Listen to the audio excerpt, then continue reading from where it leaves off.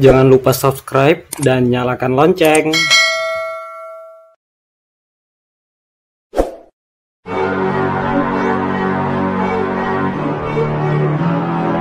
Belajar daring bersama Pak Asrori dan Uco, pendidikan agama Islam dan budi pekerti. Pelajaran 10, Kisah Keteladanan Wali Songo, kelas 4 semester 2. Assalamualaikum warahmatullahi wabarakatuh. Apa kabar teman-teman semua? Semoga senantiasa sehat dan tetap berada dalam lindungan Allah Subhanahu wa Ta'ala. Teman-teman, pada video pembelajaran kali ini kita akan membahas tentang kisah keteladanan Wali Songo. Sebelum itu, mari kita berdoa dulu. Rabbi zidni ilma warzuqni fahma. Artinya, ya Allah, tambahkanlah ilmu kepadaku dan berikan aku pemahaman. Amin. Assalamualaikum anak-anak semua. Pada video pembelajaran kali ini, ada dua materi pembahasan yang akan kita pelajari. Yang pertama, siapakah Wali Allah itu?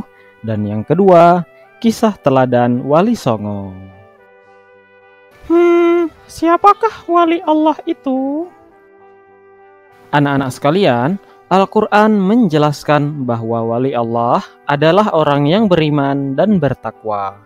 Di samping melakukan hal-hal yang wajib, para wali Allah senantiasa melakukan hal-hal yang sunnah, serta menjauhi hal-hal yang makruh. Allah Subhanahu wa Ta'ala berfirman di dalam Al-Quran, A'udzu billahi minasyaitonir rajim. Ala inna awliya Allahi la khawfun alaihim wa la hum yahzanun. Alladzina amanu wa kanu yattaqun. Artinya, ingatlah wali-wali Allah itu tidak ada rasa takut pada mereka dan mereka tidak bersedih hati, yaitu orang-orang yang beriman dan senantiasa bertakwa. Quran Surat Yunus, surat ke-10, ayat ke-62 sampai 63. Bagaimanakah keimanan wali Allah? Apa saja keutamaan mereka? Nah, untuk mengetahuinya, marilah kita ikuti penjelasan berikut ini. Anak-anak, keimanan yang dimiliki wali Allah tidak dicampuri oleh kesyirikan. Mereka tidak mengakui, apalagi takluk kepada kekuatan lain, misalnya seperti batu, keris, tombak, senapan, dan lain-lain. Karena takluk kepada hal-hal tersebut merupakan perbuatan syirik. Allah Subhanahu wa Ta'ala berfirman di dalam Al-Quran, A'udzu billahi minasyaitonir rajim. Fariqan hada wa fariqan haqqa 'alaihimud dhalalah. Innahum ittakhadhu asy-syayatin awliya'a min dunillahi wa yahsabuna annahum muhtadun. Artinya, sebagian manusia ada yang mendapat hidayah, sementara sebagian yang lainnya disesatkan karena mereka sesungguhnya telah menjadikan setan-setan sebagai wali selain Allah. Sementara mereka mengira bahwa mereka mendapatkan hidayah. Quran Surat Al-A'raf, surat ke-7 ayat ke-30. Anak-anak sekalian, keimanan para wali Allah tidak sekedar pengakuan, tetapi keimanan mereka menghasilkan ketakwaan. Mereka melakukan apa yang diperintahkan oleh Allah dan menjauhi apa yang dilarangnya. Mereka tidak hanya melakukan hal-hal yang diwajibkan agama, tetapi juga menjalankan amalan-amalan sunnah. Mereka menghindari perkara yang makruh dan menjauhi perkara yang diharamkan oleh Allah. Anak-anak, coba sekarang anak-anak perhatikan gambar berikut ini. Anak-anak, gambar masjid yang baru saja anak-anak lihat merupakan salah satu peninggalan yang terkenal dari salah seorang wali Songo, yaitu Sunan Kudus. Oleh karena itu, masjid tersebut dinamai Masjid Menara Kudus. Untuk lebih mengenal siapa itu Wali Songo, mari kita ikuti penjelasan berikut ini. Yang pertama, Sunan Gresik atau Maulana Malik Ibrahim. Maulana Malik Ibrahim disebut juga Sunan Gersik atau Sunan Tandes. Ia lahir di Samarkand, Asia Tengah, dan wafat di desa Gapura, Gresik, Jawa Timur. Kisah keteladanannya adalah semangatnya mendakwahkan Islam. Sunan Gersik banyak membela rakyat Jawa yang tertindas oleh Majapahit. Ia juga mengajarkan cara-cara bercocok tanam. Yang kedua adalah Sunan Ampel atau Raden Rahmat. Sunan Ampel atau Raden Rahmat dianggap sebagai sesepuh oleh para wali lainnya. Makam Sunan Ampel terletak di dekat Masjid Ampel, Surabaya. Kisah keteladanan yang menarik adalah ketika Sunan Ampel berdakwah kepada Prabu Brawijaya. Meskipun akhirnya tidak memeluk Islam, Prabu Brawijaya terkesan dengan ajaran Islam sebagai ajaran budi pekerti yang mulia. Sunan Ampel mengajarkan falsafah Moh Limo atau 5M. Yang dimaksud dengan Moh Limo adalah tidak mau melakukan 5 perbuatan tercela, yaitu yang pertama, moh main atau tidak mau berjudi. Yang kedua, moh ngombe atau tidak mau mabuk. Yang ketiga, moh maling atau tidak mau mencuri. Yang keempat, moh madat atau tidak mau menghisap candu atau ganja. Dan yang kelima, moh madon atau tidak mau berzina. Yang ketiga adalah Sunan Bonang atau Mahdum Ibrahim. Sunan Bonang adalah putra sekaligus murid Sunan Ampel. Ia wafat pada tahun 1525 Masehi. Kisah keteladanannya adalah cara berdakwahnya yang bijak. Sunan Bonang sering menggunakan kesenian rakyat untuk menarik simpati mereka. Ia memasukkan alat musik bonang pada seperangkat alat musik gamelan. Oleh karena itu, ia dikenal dengan sebutan Sunan Bonang. Sunan Bonang juga adalah penggubah suluk wijil dan tembang Tombo Ati.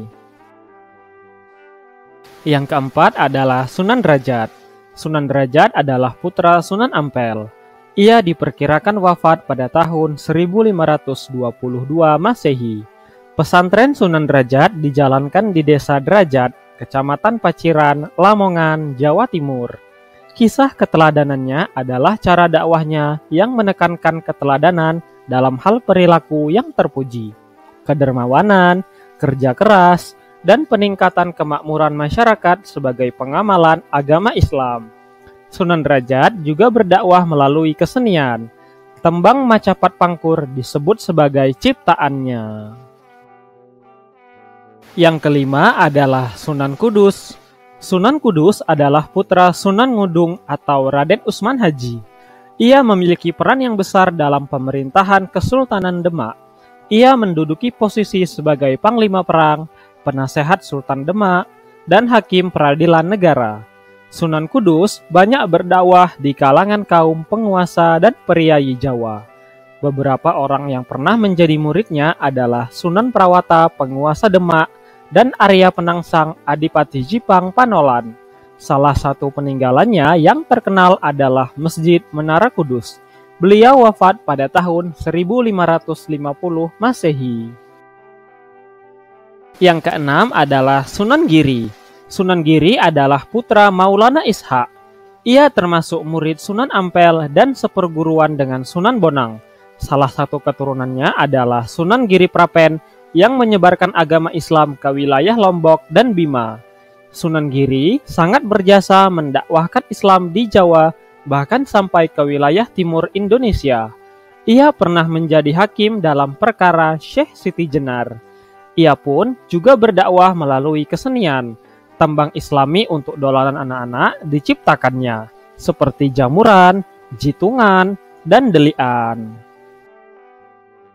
Yang ketujuh adalah Sunan Kalijaga atau Raden Said. Sunan Kalijaga adalah putra Adipati Tuban yang bernama Tumenggung Wilatikta atau Raden Sahur, atau Sayyid Ahmad bin Mansur, atau Syekh Subakir.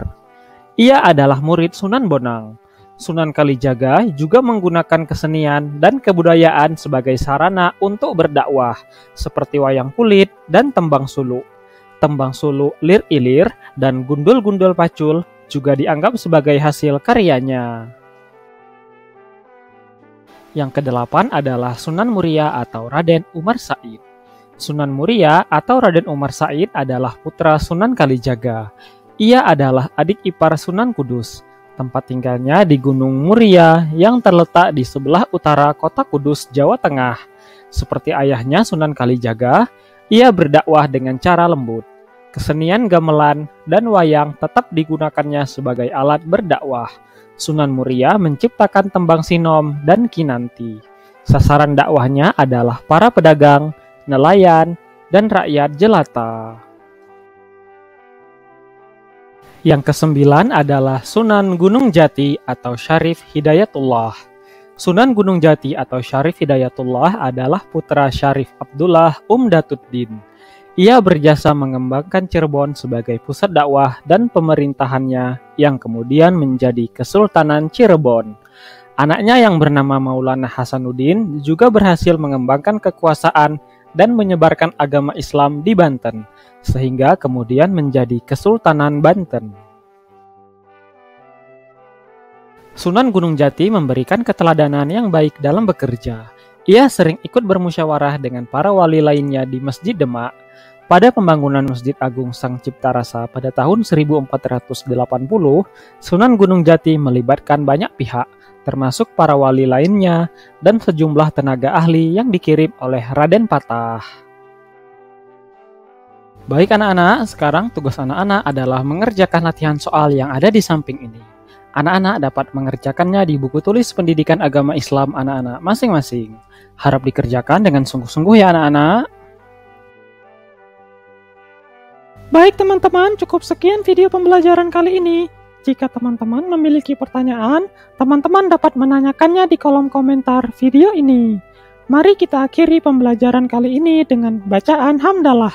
Alhamdulillahirabbil alamin. Artinya, segala puji bagi Allah, Tuhan semesta alam. Terima kasih. Wassalamualaikum warahmatullahi wabarakatuh.